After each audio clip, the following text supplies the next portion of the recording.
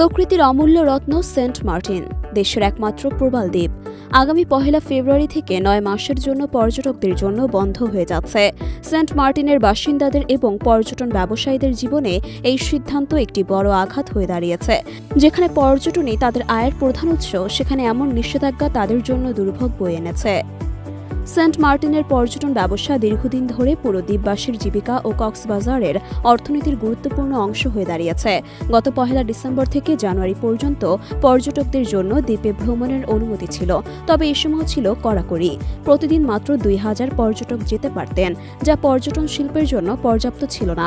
এছাড়া ব্যবসায়ীরা অভিযোগ করেছেন 2 মাসে তারা প্রয়োজনীয় আয় করতে পারেননি। দ্বীপবাসীরা জানাচ্ছেন 10 মাসের জন্য ভ্রমণ বন্ধের কারণে তাদের জীবিকা চরম বিপর্যয়ের দিকে চলে যাচ্ছে। এদিকে সরকারের এই নিষেধাজ্ঞা পরিবেশের সুরক্ষা এবং প্রাণ বৈচিত্র্য রক্ষার জন্য প্রয়োজনীয় পদক্ষেপ হিসেবে দেখানো হলেও তা কতটুকু কার্যকর হবে তা নিয়ে প্রশ্ন উঠছে। বিশেষজ্ঞরা মনে করেন, পর্যটন ব্যবসাকে পুরোপুরি বন্ধ করে দেওয়া পরিবেশগত সমস্যার সমাধানের পক্ষে না হলেও এটি ব্যবসায়ীদের জন্য অপ্রত্যাশিত ক্ষতি সৃষ্টি করবে।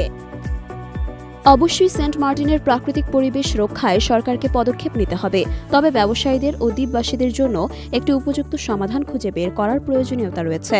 বিশেষজ্ঞরা মনে করেন, পর্যটন সীমিত করতে হলেও এটি কমপক্ষে 28 ফেব্রুয়ারি পর্যন্ত বাড়ানো উচিত ছিল, যাতে তারা আয় করতে পারে এবং জীবিকা নির্বাহের জন্য প্রস্তুতি নিতে পারে।